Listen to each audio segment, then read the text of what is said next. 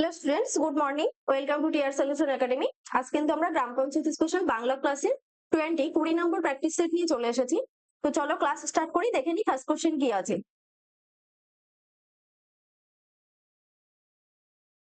প্রথম প্রশ্ন দেখো, চ বর্গীয় ধ্বনিগুলোর উচ্চারণ স্থান কোথায়? তো ফার্স্ট অপশন এ দেখো আছে কণ্ঠ, নেক্সট দেখো তালু, মূর্ধা, এন্ড লাস্ট অপশন দন্ত। তো এটি কিন্তু সঠিক আনসার হবে তালু। তো অপশন বি কারেক্ট আনসার হচ্ছে। তো চ বর্গীয় ধ্বনি অর্থাৎ চ থেকে ইং পর্যন্ত এই টোটাল 5টি ধ্বনি উচ্চারণ করার সময় কিন্তু জিহ্বার অগ্রভাগ তালুকে স্পর্শ করে, তাই এদেরকে কিন্তু তালব্য ধ্বনি বলা হয়ে থাকে। তোমরা বাকি অপশনের ব্যাখ্যা একটু জেনে নেব। ফার্স্ট দেখো আছে কণ্ঠ, অপশন এ। তো কণ্ঠ এটি কিন্তু ক বর্গীয় ধ্বনির উচ্চারণ স্থান কণ্ঠে থাকে। নেক্সট আছে দেখো মূর্ধা, ত বর্গীয় ধ্বনির উচ্চারণ স্থান কিন্তু মূর্ধা। এন্ড লাস্ট অপশন আছে দেখো দন্ত, তো দন্ত কিন্তু ত বর্গীয় ধ্বনির উচ্চারণ স্থান হচ্ছে দন্তে থাকে। নেক্সট কোশ্চেন, নিচের কোন শব্দটিতে সত্যবিধানের নিয়ম খাটে না? তো অপশন দেখো, এ আছে কৃষক, বি আছে কষ্ট, অপশন সি জিনিস, এন্ড লাস্ট অপশন আশা। তো সঠিক উত্তর হয়ে যাচ্ছে কিন্তু জিনিস, অপশন সি। তো জিনিস এটি কিন্তু একটি বিদেশি শব্দ, আরবি ভাষার শব্দ। তো বিদেশি শব্দে নত্ব বা সত্যবিধানের নিয়ম কিন্তু সেখানে প্রযোজ্য হয় না, তাই এখানে কিন্তু পেট কাটা মধ্যাংশ বা মূর্ধন্যের ব্যবহার হয় না। নেক্সট, নিচের কোন বানানটি শুদ্ধ? তো আমাদের কি বানান দিয়েছে? ঐক্যমত। তো এখানে কিন্তু সঠিক উত্তর হয়ে যাচ্ছে ঐক্যমত্ত, অর্থাৎ অপশন সি কারেক্ট আনসার হবে। তো এটি কিন্তু একমত শব্দের সাথে অন্তর্য প্রত্যয় যুক্ত হয়েছে। কি প্রত্যয় বললাম? অন্তর্য প্রত্যয় যুক্ত হয়ে কিন্তু ঐক্যমত্য গঠিত হয়েছে। যেমন যদি আমি একমত, তো তার সাথে কিন্তু এই অন্তর্য যুক্ত হয়েছে, হয়ে কিন্তু এই জফলা যুক্ত হয়েছে, ঐক্যমত্য গঠিত হয়েছে।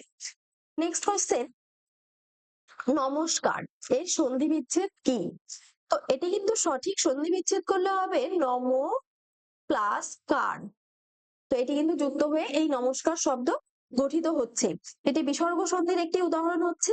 তো নম অর্থাৎ এই যে বিসর্গ চিহ্ন আছে বা পুরো তীর এরকমও থাকতে পারে ইত্যাদির পর যদি ক, খ, গ এবং ফ এগুলো থাকে, তো বিসর্গ স্থানে কিন্তু দন্তেস্ব হয়ে যায়, সেজন্য কিন্তু ক এর সাথে দন্তেস্ব যুক্ত হয়ে নমস্কার হয়েছে। তো অপশন বি দেখো সঠিক আনসার হয়ে যাচ্ছে। নেক্সট কোশ্চেন, কদবেল শব্দে কদ কোন ভাষার উপসর্গ? তো এটি কিন্তু খাঁটি বাংলা ভাষার একটি উপসর্গ। অপশন বি কারেক্ট আনসার হচ্ছে। কদ এর খাঁটি বাংলা উপসর্গ, যা কিন্তু সাধারণত নিন্দিত বা খারাপ অর্থে ব্যবহার করা হয়। নেক্সট 6 নাম্বার কোশ্চেন, জায়া ও পতি ইকুয়াল টু দম্পতি। তো এটি কোন সমাস? এটি কিন্তু একশেষ দ্বন্দ্ব সমাসের একটি উদাহরণ। অপশন সি সঠিক উত্তর হচ্ছে। তো যে দ্বন্দ্ব সমাসে সমস্যমান পদগুলোর মধ্যে একটি মাত্র পদ অবশিষ্ট থাকে, সবগুলো পদের অর্থ বজায় রেখে সেখানে বহু বচনান্ত একটি পদ হয়, তাকে কিন্তু একশেষ দ্বন্দ্ব বলা হয়। তো জায়া ও পতি মিলে কিন্তু এখানে দম্পতি তৈরি হয়েছে। নেক্সট কোশ্চেন দেখো, বাহ কি সুন্দর দৃশ্য। বাহ কোন ধরনের অব্যয়? তো এটি কিন্তু একটি অনন্যই অব্যয়। অনন্যই অব্যয় দেখো অপশন সি সঠিক আনসার হয়ে যাচ্ছে। তো যে অব্যয় বাক্যের অন্য কোনো পদের সাথে কোনো অন্যয় বা সম্পর্ক না রেখে স্বাধীনভাবে ব্যবহৃত হয়ে বক্তার মনের ভাব অর্থাৎ কোনো আনন্দ, দুঃখ ইত্যাদি প্রকাশ করে, তাকে অনন্যই অব্যয় বলা হয়। যেমন এখানে বাহ দ্বারা প্রকাশ করা হয়, বা ছি বা মরি এগুলো দিয়ে কিন্তু কোনো আনন্দ দুঃখকে প্রকাশ করা হয়ে থাকে। নেক্সট কোশ্চেন, সম্রাট শব্দের স্ত্রীলিঙ্গ কোনটি? তো এটি কিন্তু স্ত্রীলিঙ্গ হচ্ছে সম্রাজ্ঞী। অপশন এ দেখো সঠিক উত্তর হচ্ছে সম্রাজ্ঞী। সম্রাট হচ্ছে একটি সংস্কৃত শব্দ, এর সঠিক সংস্কৃত স্ত্রীলিঙ্গবাচক শব্দ কিন্তু হয়ে যাচ্ছে সম্রাজ্ঞী। নেক্সট কোশ্চেন, আমরা রোজ নদীর তীরে ভ্রমণ করতাম কোন কাল? তো এটি কিন্তু নিত্যবিত্ত অতীত, অর্থাৎ অতীতকালে সাধারণভাবে কোনো কাজ বোঝাচ্ছে। প্রায়ই ঘটতো বা নিয়মিত করা হতো এরকম বোঝালে কিন্তু নিত্যবিত্ত অতীত হয়। তো রোজ ভ্রমণ করতাম মানে কি প্রতিদিন, অর্থাৎ নিত্য চলতো, অভ্যাসমূলক একটি কাজ চলতো, সেজন্য কিন্তু এটি অতীতকালে অভ্যাসমূলক কাজের একটি উদাহরণ হচ্ছে। তো নিত্যবিত্ত অতীত হয়ে যাচ্ছে কারেক্ট আনসার। নেক্সট দেখো, রেখো মা দাসেরে মনে, দাসেরে কোন কারক? তো এখানে দাসেরে কিন্তু কর্মকারক হচ্ছে, অপশন বি কর্মকারক। তো কর্তা যাকে আশ্রয় করে কোনো ক্রিয়া সম্পন্ন করে তাকে কিন্তু কর্মকারক বলা হয়। যেমন কাকে বা কি মনে রাখার কথা বলা হয়েছে, তো দাসেরে মনে রাখো, কাকে মনে রাখো না দাসেরে, তো আমাকে বোঝাচ্ছে দাসেরে দ্বারা, তাই এটি কিন্তু কর্মকারকে দ্বিতীয়া বিভক্তি হচ্ছে। চলো তো নেক্সট কোশ্চেন দেখবো। তোমরা প্রত্যেকেই জানো আমাদের পঞ্চায়েতের একটি ভ্যাকান্সি আসতে চলেছে, তো যার জন্য কিন্তু আমাদের অফলাইন অনলাইন দুটো ব্যাচ স্টার্ট হয়ে গেছে। তোমরা কেউ এনরোলমেন্ট করতে চাইলে আমাদের স্ক্রিনে দেওয়া নাম্বারে কিন্তু কন্ট্যাক্ট করে নিতে পারো। নেক্সট কোশ্চেন দেখো, তার চুল পেকেছে কিন্তু বুদ্ধি পাকেনি, এটি কোন বাক্য? তো অপশন গুলো দেখো, ফার্স্ট আছে সরল বাক্য, নেক্সট আছে জটিল বাক্য, যৌগিক বাক্য, এন্ড লাস্ট অপশন মিশ্র বাক্য। তো এটি কিন্তু হয়ে যাচ্ছে যৌগিক বাক্য, অর্থাৎ অপশন সি হচ্ছে কিন্তু কারেক্ট আনসার, যৌগিক বাক্য। যখন একাধিক স্বাধীন বাক্য সংযোজক অব্যয় অর্থাৎ এবং, ও, কিন্তু এগুলো দ্বারা যুক্ত করা হয়, তো তাকে কিন্তু বলা হয় যৌগিক বাক্য, এবং এগুলো যুক্ত হয়ে কিন্তু একটি সম্পূর্ণ বাক্য গঠন করে। তো এখানে কি বলেছে, তার চুল পেকেছে কিন্তু বুদ্ধি পাকেনি, এখানে দেখো কিন্তু দ্বারা যুক্ত করা হয়েছে, তো এটি কিন্তু যৌগিক বাক্য হচ্ছে। নেক্সট কোশ্চেন দেখো, আমা কর্তৃক এই কাজ সম্পন্ন হয়েছে, এটি কোন বাচ্য? তো এটি কিন্তু হচ্ছে কর্মবাচ্য, অপশন বি কারেক্ট আনসার হচ্ছে। তো যে বাক্যে কর্মই প্রধান রূপে প্রতীয়মান হয় এবং ক্রিয়া কর্মের অনুসারী হয় তাকে কিন্তু কর্মবাচ্য বলে। যেমন এখানে কর্তার সাথে কর্তৃক, দ্বারা বা দিয়া এগুলো দ্বারা যুক্ত হয়, সেখানে কি দ্বারা যুক্ত হয়েছে, কর্তৃক দ্বারা যুক্ত হয়েছে, এটা যুক্ত হয়ে কিন্তু সেখানে কর্ম বা কাজকে প্রধান রূপে প্রকাশ করে থাকে।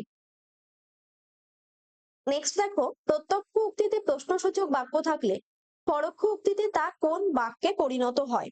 তা কিন্তু বিবৃতিমূলক বা নির্দেশক বাক্যে পরিণত হয়ে যায়, অপশন সি কারেক্ট অ্যান্সার হচ্ছে। এটি কিন্তু উক্তি পরিবর্তনের নিয়ম অনুযায়ী প্রত্যক্ষ উক্তির বাক্যটি যদি প্রশ্নবোধক, বিষয়সূচক বা অনুজ্ঞাসূচক যাই হোক না কেন, পরোক্ষ উক্তিতে তা কিন্তু সর্বদাই বিবৃতিমূলক বাক্যে পরিণত হয়। নেক্সট, যা বলা হয়নি, এক কথায় কি বলা হয় তাকে? তো অপশন দেখো, ফার্স্ট আছে অব্যক্ত, নেক্সট অনুক্ত, গোপন, এন্ড লাস্ট অপশন অকথিত। তো যা বলা হয়নি তাকে কিন্তু অনুক্ত বলা হয়, অপশন বি সঠিক আনসার হচ্ছে অনুক্ত। নেক্সট, বাকি অপশনের ব্যাখ্যা আমরা দেখবো একটু। ফার্স্ট আছে দেখো অব্যক্ত, যা প্রকাশ হয়নি তাকে অব্যক্ত বলা হয়। নেক্সট দেখো আছে অকথিত, লাস্ট অপশন। তো যা মানে হচ্ছে বলা হয়নি, বা অনুক্ত শব্দটি ব্যাকরণগতভাবে বেশি প্রচলিত বা সঠিক কিছু বোঝাতে কিন্তু সেখানে অকথিত ব্যবহার করা হয়ে থাকে।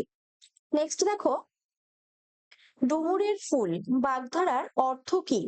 তো ফার্স্ট অপশন কি দিয়েছে, সুন্দর বস্তু, নেক্সট দুর্লভ বা অদৃশ্য বস্তু, সুস্বাদু ফল, এন্ড লাস্ট অপশন সস্তা জিনিস। তো এটি কিন্তু সঠিক উত্তর হবে অপশন বি। তো ডুমুর গাছে সাধারণত ডুমুরের ফুল দেখা যায় না, ফুল ফলের ভেতরে থাকে, তাই ডুমুরের ফুল বলতে এমন কিছু বোঝায় যা সহজে দেখা যায় না বা অত্যন্ত দুর্লভ কিছু বস্তু। নেক্সট, আকাশ শব্দের সমার্থক শব্দ কোনটি? তো এখানে কি অপশন দিয়েছে দেখো, ফার্স্ট আছে গগন, next Medini, Dharani, and last option বারিধি। তো আকাশ শব্দের সমার্থক শব্দ কিন্তু গগন, অপশন এ কারেক্ট অ্যান্সার হচ্ছে। নেক্সট আছে দেখো মেদিনী আর ধরণী, তো এ দুটোর অর্থ কিন্তু হচ্ছে পৃথিবী, পৃথিবীর সমার্থক শব্দ এটি। আর বারিধি মানে হচ্ছে কিন্তু সমুদ্র। নেক্সট দেখো, প্রসূন শব্দের অর্থ কি? তো প্রসূন শব্দের অর্থ কিন্তু পুষ্প বা ফুল বোঝায়, তো অপশন বি কারেক্ট অ্যান্সার হয়ে যাচ্ছে। এছাড়া পুষ্প, ফুল বা কুসুম ইত্যাদি অর্থেও কিন্তু ব্যবহার করা হয় প্রসূন শব্দটি।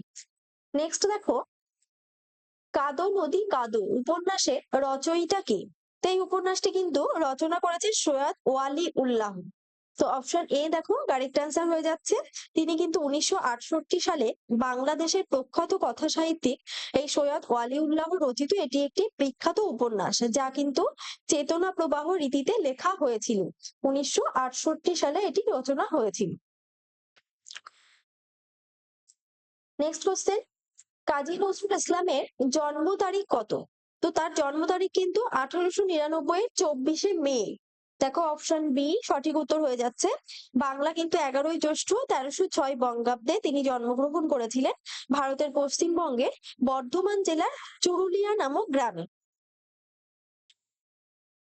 নেক্সট, বাংলা সাহিত্যের সনেটের প্রবর্তক কে? তো সনেট কিন্তু প্রবর্তন করেছিলেন Michael Madhusudan Dutt. Option B correct answer হচ্ছে। তিনি বাংলা সাহিত্যে চতুর্দশপদী কবিতা বা সনেটের প্রবর্তন করেন। ইতালীয় কবি পেত্রাকের সনেটের অনুপ্রেরণায় তিনি কিন্তু বাংলায় এই সনেট রচনা শুরু করেছিলেন।